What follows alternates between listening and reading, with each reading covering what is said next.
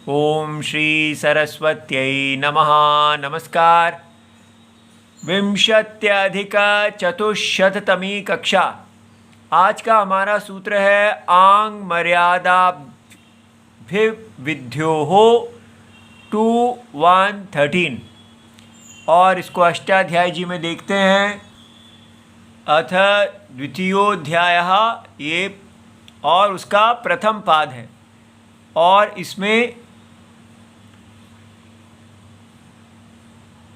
आंग मर्यादा और अभिविध्योः दोनों की संधि होके मर्यादा भी विध्योः ये सूत्र है। और पंचम यहाँ पीछे से आ रहा है, बाकी सब ये विभाषा भी आ रहा है और ये सब यहाँ से अनुवृत्ति के सूत्र हैं। तो इसमें शब्द हैं पदानी। आंग अव्यय है और मर्यादा विध्योः सप्तमी विभक्ति द्विवचनम और अनुवृत्ति ये समर्थ सुप समास सहसुपा अव्ययी भाव विभाषा पंचम्याः ये सब पीछे से अनुवृत्ति आ रही। और इसका समास विग्रह मर्यादा च अभिविधिश्च, मर्यादा अभिविधि, ठीक है। तयोः ये सप्तमी विभक्ति द्विवचनम इतरेतर योग द्वंद्व। तो अब इसका सूत्र अर्थ देखते हैं। आंग इति एतद मर्यादायाम माने मर्यादा अर्थे, ठीक है, मर्यादा में अभिविधौ। तो क्या किया यहाँ पर इन्होंने, यहाँ था मर्यादा विध्योः तो इनको तोड़ के अलग अलग कर दिया। सप्तमी एक वचनम सप्तमी एक वचनम च वर्तमानम पंचमी अंतेन। तो ऐसा जो वर्तमानम सुबंतम है तो उसका शुभ लुप होके अव्यय हो जाएगा। तो उसका पंचमी अंतेन समर्थेन सुबंतेन सहा। तो जो पंचमी अंत में सुबंत है उसके साथ विभाषा अर्थात विकल्पेन तो समास किया भी जा सकता है या केवल वाक्य को रखा जा सकता है। समस्यते अव्ययी भावः च समासो भवति, ठीक है। तो अव्ययी भाव संज्ञा वाला समास हो जाता है। अब हम मर्यादा और अभिविधि को अच्छी तरह समझ लें। तो मर्यादा याम सीमायाम दीयते। तो मर्यादा दा अंग टाप, ये बड़ा विचित्र व्युत्पत्ति है। मर्यादा में दिया जाता है तो सीमा में जो चीज़ दी जाती है उसको मर्यादा के, दा जो है वो देने के अर्थ से है। तो मर्यादा माने अवधि। तो दोनों अवधि हैं, अभिविधि भी अवधि है लेकिन अवधि से पूर्व पूर्व। तो मर्यादा के अंदर अंदर, ठीक है। तो अगर बारिश हो रही है यहाँ तक है, पाटलिपुत्र में बारिश नहीं होती है तो बारिश पाटलिपुत्र से पूर्व पूर्व है तो उसको हम कहेंगे मर्यादा। और अभिविधि अर्थ में कहेंगे तो पाटलिपुत्र उसके अंदर है, ठीक है। तो ये अवधि तक पाटलिपुत्र में भी बारिश हुई है, ठीक है। तो इसको कह देते हैं तेन विना। अगर बिना है तो मर्यादा, तेन सहा तो तेन सहा इति अभिविधि। तो ये बात हमें समझ में आ गई कि मर्यादा जो है वो केवल रेखा तक और जो अभिविधि है उसमें जिसकी रेखा जिससे अवधि की जा रही है वो भी साथ में रहेगा। तो इसलिए राम जी को मर्यादा का पुरुषोत्तम कहते हैं क्योंकि वो धर्म की रेखा से आगे नहीं जाते, उससे पहले रहते हैं, ठीक है। तो उससे पूर्व पूर्व, रेखा से पूर्व पूर्व कभी धर्म का अतिक्रमण नहीं करते। अच्छा जी, तो अब है इसका उदाहरणम पाटलिपुत्रम वृष्टो देवः आ पाटलिपुत्रात्। तो ये वाक्य है और यहाँ समास है। तो क्योंकि विभाषा है तो दोनों संभव हैं।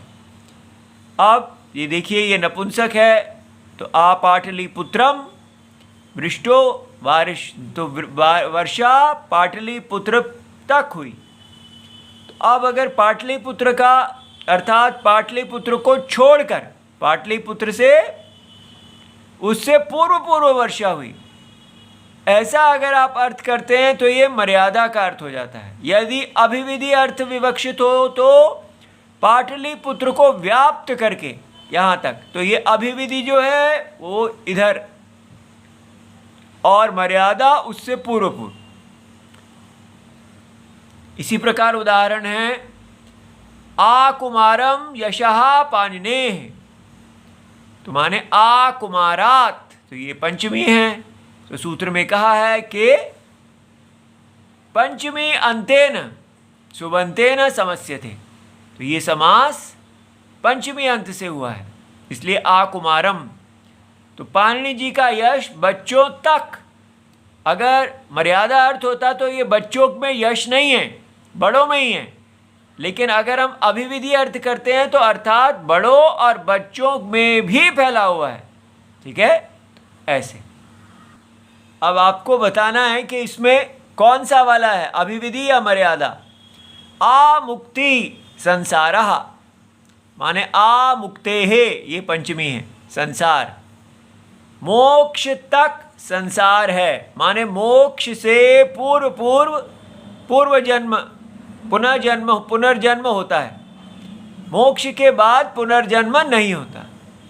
तो हम ये समझ गए कि ये मर्यादा है, जब मोक्ष हो जाता है उसके बाद पुनर्जन्म नहीं होता।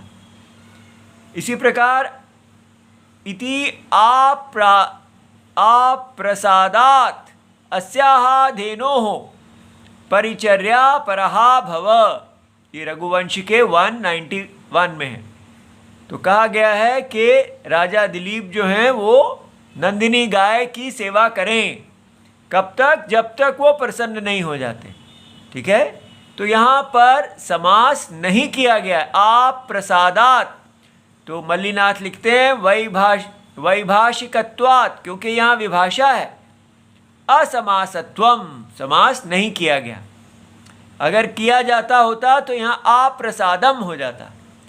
इसी प्रकार विघ्नम अस्तु ते, अविघ्नम अस्तु ते, तो ते तव अविघ्नम, विघ्नस्य अभावः अस्तु, ये जो अभी हम पीछे सूत्र करके आए हैं, अव्ययम विभक्ति 216 इत्यादि ना अर्थस्य अभावे अव्यय भावः। ठीक है, तो ये उसका उदाहरण है। स अहम आजन्म शुद्धानाम आफल उदय कर्मणाम आसमुद्र क्षितीशानाम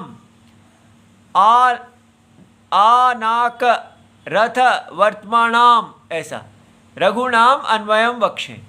तो यहाँ पर ये सारे जो आ है ये यही समास है, लेकिन यहाँ पर आ जन्म के साथ साथ शुद्ध के साथ इसका समास कर दिया सुप्सहा समास। तो इसलिए हमको थोड़ी मुश्किल हो सकती है, ये हमारा समास केवल आ जन्म तक है। ठीक है, आ समुद्रम, फिर उसका फिर से समास हो गया है। तो ये मल्लीनाथ कहते हैं अत्र सर्वत्र आंग अभिविधि अर्थत्वम द्रष्टव्यम, इसको मर्यादा नहीं मानना, अन्यथा मर्यादा अर्थत्वे जन्मादिषु शुद्धि अभाव प्रसंगात। ठीक है, तो नहीं तो जन्म से इनके सारे संस्कार हुए हैं, तो इसका मतलब जन्म से पहले ये अशुद्ध हैं ऐसा नहीं, वो सदा शुद्ध हैं, अभिविधि। इसी प्रकार अब अगर कहें समुद्र पर्यंत, ये क्षितीश, ये क्षिति के राजा हैं समुद्र तक, लेकिन ये मल्लीनाथ चाहते हैं कि लेना चाहिए कि समुद्र तक तक इनका राज्य रुक नहीं जाता, समुद्र भी इनका राज्य है, स्वर्ग तक इनका रथ मार्ग जाता है। इसका ये अर्थ नहीं कि स्वर्ग के अंदर इनका रथ नहीं जाता, सारा जाता है, ऐसा। इति सर्वम शिवम प्रणाम। और ये दो सूत्र और भी हैं, आंग मर्यादा वचने जो है, इससे आंग की कर्म प्रवचनीय संज्ञा होती है और पंचमी अप आंग परि भी, इससे अप आंग और परि को पंचमी विभक्ति होती है। इति सर्वम शिवम प्रणाम।